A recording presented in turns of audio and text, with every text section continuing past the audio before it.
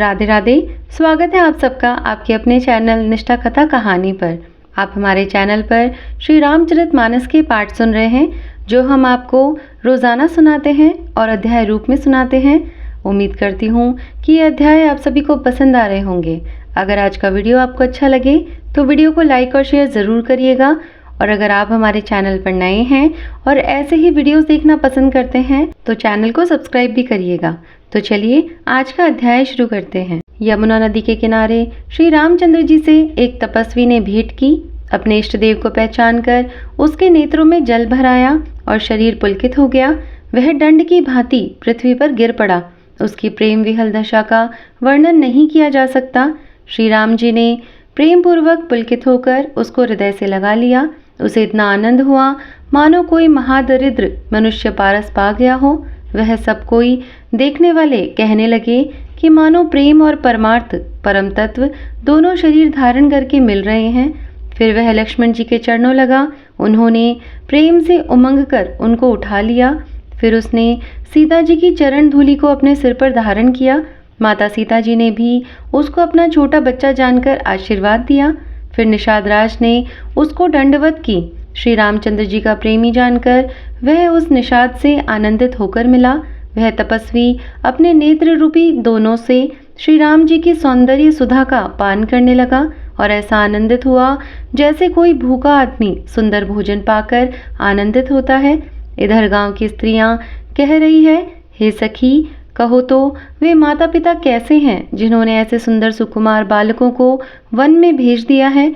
श्री राम जी, लक्ष्मण जी और सीता जी के रूप को देखकर सब स्त्री पुरुष स्नेह से व्याकुल हो जाते हैं। तब श्री रामचंद्र जी ने सखा गुह को अनेकों तरह से घर लौट जाने के लिए समझाया।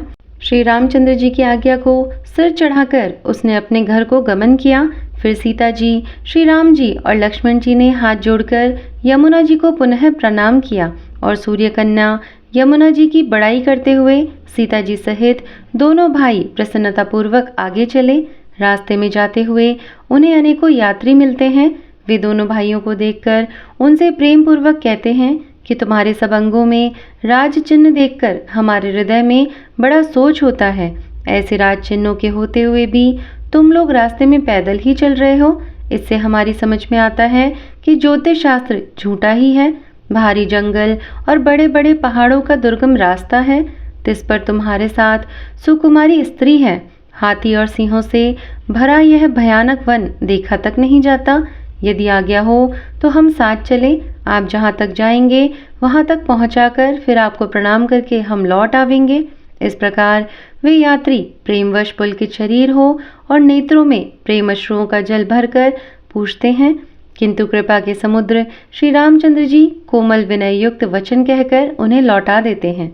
जो गांव और पूर्वे रास्ते में बसे हैं, नागों और देवताओं के नगर उनको देखकर प्रशंसा पूर्वक ईर्ष्या करते और ललचाते हुए कहते हैं कि किस पुण्यवान ने किस शुभ घड़ी में इनको बसाया था, जो आज ये इतने धन्य और पुण्यमय तथा परम सुंदर हो रहे हैं। जहाँ जहाँ श्री रामचंद्र जी के चरण चले जाते हैं, उनके समान इंद्र की पुरी अमरावती भी नहीं है। रास्ते के समीप बसने वाले भी बड़े पुण्यात्मा है। स्वर्ग में रहने वाले देवता भी उनकी सराहना करते हैं। जो नेत्र भरकर सीता जी और लक्ष्मण जी सहित घनश्याम श्री राम जी के दर्शन करते हैं। जिन तालाबों और नदियों में श्री राम जी स्नान कर लेते हैं, देव सरोवर और देव नदियां भी उनकी बड़ाई करती है। जिस वृक्ष के नीचे प्रभु जा बैठते हैं, कल्प वृक्ष भी उसकी बड़ाई करते हैं। श्री रामचंद्र जी के चरण कमलों की रज का स्पर्श करके पृथ्वी अपना बड़ा सौभाग्य मानती है। रास्ते में बादल छाया करते हैं और देवता फूल बरसाते और सिहाते हैं। पर्वत, वन और पशु पक्षियों को देखते हुए श्री राम जी रास्ते में चले जा रहे हैं। सीता जी और लक्ष्मण जी सहित श्री रघुनाथ जी जब किसी गांव के पास जा निकलते हैं, तब उनका आना सुनते ही बालक, बूढ़े, स्त्री, पुरुष सब अपने घर और कामकाज को भूलकर तुरंत उन्हें देखने के लिए चल देते हैं। श्री राम, लक्ष्मण और सीता जी का रूप देखकर नेत्रों का परम फल पाकर वे सुखी होते हैं। दोनों भाइयों को देखकर सब प्रेम आनंद में मग्न हो गए। उनके नेत्रों में जल भर आया और शरीर पुलकित हो गए। उनकी दशा का वर्णन नहीं किया जा सकता। मानो दरिद्रों ने चिंतामणि की ढेरी पाली हो। वे एक एक को पुकार कर सीख देते हैं कि इसी क्षण नेत्रों का लाभ ले लो। कोई श्री रामचंद्र जी को देखकर ऐसे अनुराग में भर गए हैं कि वे उन्हें देखते हुए उनके साथ लगे चले जा रहे हैं। कोई नेत्र मार्ग से उनकी छवि को हृदय मिलाकर शरीर, मन और श्रेष्ठ वाणी से शिथिल हो जाते हैं, अर्थात उनके शरीर, मन और वाणी का व्यवहार बंद हो जाता है। कोई बड़ की सुंदर छाया देखकर वहां नरम घास और पत्ते बिछाकर कहते हैं कि क्षण भर यहाँ बैठकर थकावट मिटा लीजिए, फिर चाहे अभी चले जाइएगा, चाहे सवेरे। कोई घड़ा भरकर पानी ले आते हैं और कोमल वाणी से कहते हैं, नाथ आचमन तो कर लीजिए। उनके प्यारे वचन सुनकर और उनका अत्यंत प्रेम देखकर दयालु और परम सुशील श्री रामचंद्र जी ने मन में सीता जी को थकी हुई जानकर घड़ी भर बड़ की छाया में विश्राम किया। स्त्री पुरुष आनंदित होकर शोभा देखते हैं। अनुपम रूप ने उनके नेत्र और मनों को लुभा लिया है। सब लोग टकटकी लगाएं श्री रामचंद्र जी के मुख चंद्र को चकोर की तरह तन्मय होकर देखते हुए चारों ओर सुशोभित हो रहे हैं। श्री राम जी का नवीन तमाल वृक्ष के रंग का श्याम शरीर अत्यंत शोभा दे रहा है, जिसे देखते ही करोड़ों कामदेवों के मन मोहित हो जाते हैं। बिजली के से रंग के लक्ष्मण जी बहुत ही भले मालूम होते हैं। वे नख से शिखा तक सुंदर हैं और मन को बहुत भाते हैं। दोनों मुनियों के वल्कल आदि वस्त्र पहने हैं और कमर में तरकस कसे हुए हैं। कमल के समान हाथों में धनुष बाण शोभित हो रहे हैं। उनके सिरों पर सुंदर जटाओं के मुकुट है। वक्षस्थल, भुजा और नेत्र विशाल है और शरद पूर्णिमा के चंद्रमा के समान सुंदर मुखों पर पसीने की बूंदों का समूह शोभित हो रहा है। उस मनोहर जोड़ी का वर्णन नहीं किया जा सकता, क्योंकि शोभा बहुत अधिक है और मेरी बुद्धि थोड़ी है। श्री राम, लक्ष्मण और सीता जी की सुंदरता को सब लोग मन, चित्त और बुद्धि तीनों को लगाकर देख रहे हैं। प्रेम के प्यासे वे गांवों के स्त्री पुरुष इनके सौंदर्य माधुर्य की छटा देखकर ऐसे थकित रह गए जैसे दीपक को देखकर हिरनी और हिरन निस्तब्ध रह जाते हैं। गांव की स्त्रियां सीता जी के पास जाती हैं, परंतु अत्यंत स्नेह के कारण पूछते सकुचाती है। बार बार सब उनके पांव लगती है और सहज ही सीधे साधे कोमल वचन कहती है, हे राजकुमारी, हम विनती करती कुछ निवेदन करना चाहती हैं, परंतु स्त्री स्वभाव के कारण कुछ पूछते हुए डरती हैं। हे स्वामिनी, हमारी डिठाई क्षमा कीजिएगा और हमको गवारी जानकर बुरा ना मानिएगा। ये दोनों राजकुमार स्वभाव से ही लावण्यमय परम सुंदर हैं। मरकतमणि, पन्ने और सुवर्ण ने कांति इन्हीं से पाई है। श्याम और गौर वर्ण है, सुंदर किशोर अवस्था है। दोनों ही परम सुंदर और शोभा के धाम हैं। शरद पूर्णिमा के चंद्रमा के समान इनके मुख और शरद ऋतु के कमल के समान इनके नेत्र हैं। हे सुमुखी, कहो तो अपनी सुंदरता से करोड़ों कामदेवों को लजाने वाले ये तुम्हारे कौन हैं? उनकी ऐसी प्रेममयी सुंदर वाणी सुनकर सीता जी सकुचा गई और मन ही मन मुस्कुराई। उत्तम गौर वर्ण वाली सीता जी उनको देखकर संकोचवश पृथ्वी की ओर देखती हैं। वे दोनों ओर के संकोच से सकुचा रही हैं, अर्थात ना बताने में ग्राम की स्त्रियों को दुख होने का संकोच है और बताने में लज्जारूप संकोच। हिरण के बच्चे के सदृश नेत्र वाली और कोकिल किसी वाणी वाली सीता जी सकुचाकर प्रेम सहित मधुर वचन बोली। ये जो सहज स्वभाव, सुंदर और गोरे शरीर के हैं, उनका नाम लक्ष्मण है। ये मेरे छोटे देवर हैं।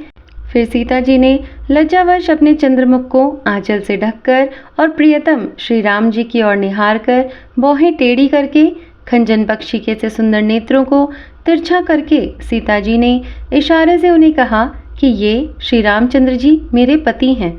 यह जानकर गांव की सब युवती स्त्रियां इस प्रकार आनंदित हुई मानो कंगालों ने धन की राशियां लूट ली हो।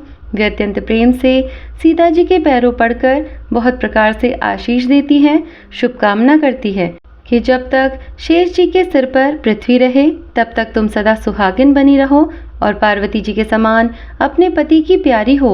हे देवी, हम पर कृपा ना छोड़ना, बनाए रखना। हम बार बार हाथ जोड़कर विनती करती हैं, जिसमें आप फिर इसी रास्ते लौटें और हमें अपनी दासी जानकर दर्शन दें। सीता जी ने उन सबको प्रेम की प्यासी देखा और मधुर वचन कह कहकर उनका भली भांति संतोष किया, मानो चांदनी ने कुमुदनियों को खिलाकर पुष्ट कर दिया हो। उसी समय श्री रामचंद्र जी का रुख जानकर लक्ष्मण जी ने कोमल वाणी से लोगों से रास्ता पूछा। यह सुनते ही स्त्री पुरुष दुखी हो गए, उनके शरीर पुलकित हो गए और नेत्रों में वियोग की संभावना से प्रेम का जल भर आया। उनका आनंद मिट गया और मन में ऐसे उदास हो गए मानो विधाता की दी हुई संपत्ति छीने लेते हो। कर्म की गति समझकर उन्होंने धैर्य धारण किया और अच्छी तरह निर्णय करके सुगम मार्ग बतला दिया। तब लक्ष्मण जी और जानकी जी सहित श्री रघुनाथ जी ने गमन किया और सब लोगों को प्रिय वचन कहकर लौटाया, किंतु उनके मनों को अपने साथ ही लगा लिया। लौटते हुए वे स्त्री पुरुष बहुत ही पछताते हैं और मन ही मन देव को दोष देते हैं। परस्पर बड़े ही विषाद के साथ कहते हैं कि विधाता के सभी काम उल्टे हैं। यह विधाता बिल्कुल निरंकुश, स्वतंत्र, निर्दयी और निडर है। इसने चंद्रमा को रोगी, घटने बढ़ने वाला और कलंकी बनाया, कल्प वृक्ष को पेड़ और समुद्र को खारा बनाया। उसी ने इन राजकुमारों को वन में भेजा है। जब विधाता ने इनको वनवास दिया है तब उसने भोग विलास व्यर्थ ही बनाए। जब ये बिना जूते के नंगे ही पैरों रास्ते में चल रहे हैं तब विधाता अनेकों वाहन सवारियां व्यर्थ ही रचे। जब ये कुश और पत्ते बिछाकर जमीन पर ही पड़े रहते हैं तब विधाता सुंदर सेज, पलंग और बिछौने किस लिए बनाता है। विधाता ने जब इनको बड़े बड़े पेड़ों के नीचे का निवास दिया तब उज्जवल महलों को बना बनाकर उसने व्यर्थ ही परिश्रम किया। जो ये सुंदर और अत्यंत सुकुमार होकर मुनियों के वस्त्र पहनते हैं और जटा धारण करते हैं, तो फिर विधाता ने भांति भांति के गहने और कपड़े व्यर्थ ही बनाए। जो ये कंदमूल फल खाते हैं तो जगत में अमृत आदि भोजन व्यर्थ ही हैं। कोई एक कहते हैं ये स्वभाव से ही सुंदर हैं, इनका सौंदर्य माधुर्य नित्य और स्वाभाविक है, ये अपने आप प्रकट हुए हैं, ब्रह्मा के बनाए नहीं हैं। हमारे कानों, नेत्रों और मन के द्वारा अनुभव में आने वाली विधाता की करनी को जहाँ तक वेदों ने वर्णन करके कहा है वहाँ तक 14 लोकों में ढूंढ देखो, ऐसे पुरुष और ऐसी स्त्रियां कहाँ हैं? कहीं भी नहीं हैं। इसी से सिद्ध है कि ये विधाता के 14 लोकों से अलग है और अपनी महिमा से ही आप निर्मित हुए हैं। इन्हें देखकर विधाता का मन अनुरक्त हो गया। तब वह भी इन्हीं की उपमा के योग्य दूसरे स्त्री पुरुष बनाने लगा। उसने बहुत परिश्रम किया परंतु कोई उसकी अटकल में नहीं आए, पूरे ही नहीं उतरे। इसी ईर्ष्या के मारे उसने इनको जंगल में लाकर छिपा दिया है। कोई एक कहते हैं हम बहुत नहीं जानते, हाँ अपने को परम धन्य अवश्य मानते हैं जो इनके दर्शन कर रहे हैं, और हमारी समझ में वे भी बड़े पुण्यवान हैं जिन्होंने इनको देखा है, जो देख रहे हैं और जो देखेंगे। इस प्रकार प्रिय वचन कह कहकर सब नेत्रों में प्रेम अश्रुओं का जल भर लेते हैं और कहते हैं कि अत्यंत सुकुमार शरीर वाले दुर्गम मार्ग में कैसे चलेंगे। स्त्रियां स्नेहवश विकल हो जाती हैं, मानो संध्या के समय चकवी भावी वियोग की पीड़ा से सो रही हो, दुखी हो रही हो। इनके चरण कमलों को कोमल तथा मार्ग को कठोर जानकर वे व्यथित हृदय से उत्तम वाणी कहती हैं। इनके कोमल और लाल लाल चरणों तलवों को छूते ही पृथ्वी वैसे ही सकुचा जाती है जैसे हमारे हृदय सकुचा रहे हैं। जगदीश्वर ने यदि इन्हें वनवास दिया है तो सारे रास्ते को पुष्पमय क्यों नहीं बना दिया। यदि ब्रह्मा से मांगे मिले तो हे सखी, हम तो उनसे मांगकर इन्हें अपनी आंखों में ही रखें। जो स्त्री पुरुष इस अवसर पर नहीं आए वे सीताराम जी को नहीं देख सके। उनके सौंदर्य को सुनकर वे व्याकुल होकर पूछते हैं कि भाई अब तक वे कहाँ तक गए होंगे, और जो समर्थ है वे दौड़ते हुए जाकर उनके दर्शन कर लेते हैं और जन्म का परम फल पाकर विशेष आनंदित होकर लौटते हैं। गर्भवती, प्रसूता आदि अबला स्त्रियां, बच्चे और बूढ़े दर्शन न पाने से हाथ मलते और पछताते हैं। इस प्रकार जहाँ जहाँ श्री रामचंद्र जी जाते हैं वहाँ वहाँ लोग प्रेम के वश में हो जाते हैं। सूर्यकुल रूपी कुमुदनी के प्रफुल्लित करने वाले चंद्रमा स्वरूप श्री रामचंद्र जी के दर्शन कर गांव-गांव में ऐसा ही आनंद हो रहा है। जो लोग वनवास दिए जाने का कुछ भी समाचार सुन पाते हैं वे राजा रानी दशरथ और कैकेयी को दोष लगाते हैं। कोई एक कहते हैं कि राजा बहुत ही अच्छे हैं जिन्होंने हमें अपने नेत्रों का लाभ दिया। स्त्री पुरुष सभी आपस में सीधी स्नेह भरी सुंदर बातें कह रहे हैं। कहते हैं वे माता पिता धन्य हैं जिन्होंने इन्हें जन्म दिया, वह नगर धन्य है जहाँ से ये आए हैं, वह देश, पर्वत, वन और गांव धन्य है और वही स्थान धन्य है जहाँ जहाँ ये जाते हैं। ब्रह्मा ने उसी को रचकर सुख पाया है जिसके ये श्री रामचंद्र जी सब प्रकार से स्नेही हैं। पथिक रूप श्री राम लक्ष्मण की सुंदर कथा सारे रास्ते और जंगल में छा गई है। रघुकुल रूपी कमल के खिलाने वाले सूर्य श्री रामचंद्र जी इस प्रकार मार्ग के लोगों को सुख देते हुए सीता जी और लक्ष्मण जी सहित वन को देखते हुए चले जा रहे हैं। आगे श्री राम जी हैं, पीछे लक्ष्मण जी सुशोभित हैं। तपस्वियों के वेश बनाए दोनों बड़ी ही शोभा पा रहे हैं। दोनों के बीच में सीता जी कैसी सुशोभित हो रही है जैसे ब्रह्म और जीव के बीच में माया। तो यह था आज का अध्याय। आज का अध्याय यहीं पर समाप्त होता है। इसके आगे की कथा आपको अगले वीडियो में सुनने को मिलेगी। अगर आज का वीडियो आप सभी को पसंद आया हो तो वीडियो को लाइक और शेयर ज़रूर करिएगा और कमेंट करके मुझे बताइएगा कि आज का वीडियो आपको कैसा लगा। और अगर आप हमारे चैनल पर नए हैं तो चैनल को सब्सक्राइब भी कीजिएगा।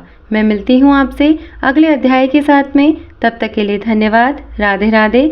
जय श्री राम।